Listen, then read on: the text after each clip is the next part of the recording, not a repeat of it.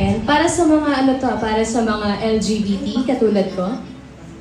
So, bading, yan kung kami ay tawagin ng mga taong nakapaligid sa amin.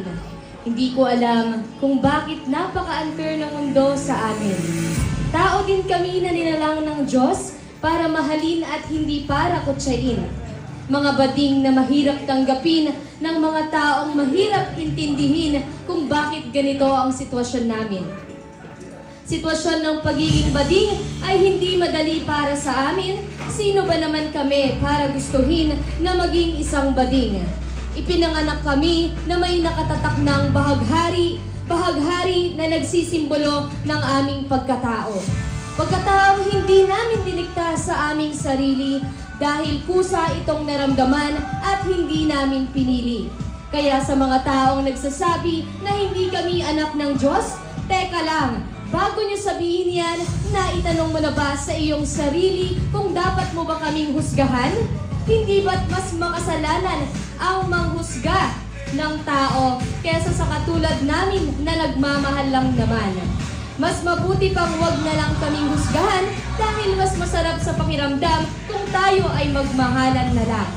Tayong lahat ay nilikha ng Diyos at may kanya-kanyang pagkatao, kaya sana ay tanggapin nyo na mayroong mga katulad namin na nagmamahal lang din naman ng totoo.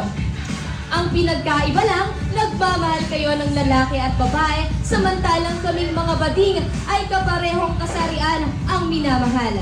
Pero uulitin ko, walang masamang magmahal dahil mas masahol pa yung ibang tao na kayang manakit ng kapwa-tao at makasalanan ang pagnanakaw, pagkitil ng buhay ng isang tao, lalong-lalo na ang pagpapalaglag ng isang walang kamuwang-muwang na batang walang alam kung bakit siya ay nabuo sa sinapupunan ng kanyang magulang na mas piniling ilaglag kaysa alagaan.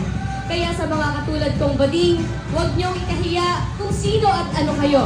Nandito tayo para mabuhay ng payapa na walang panghuhusgang matatanggap dahil isa rin tayong anak ng Diyos na may karapatang magmahal at mabuhay sa mundong ating kinatatayuan. Kaya kung napapanood mo ako ngayon, isa lang ang gusto kong sabihin sa'yo, ilabas mo ang totoo mong kulay at bigyan mo ng freedom ang iyong sarili para magmahal ng taong gusto mong mahalin.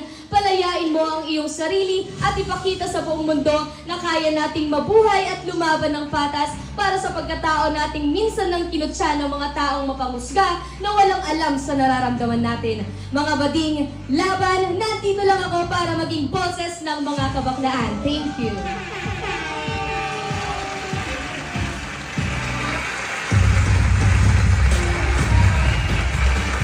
Maraming salamat, Pabi, sa iyong makadamdaming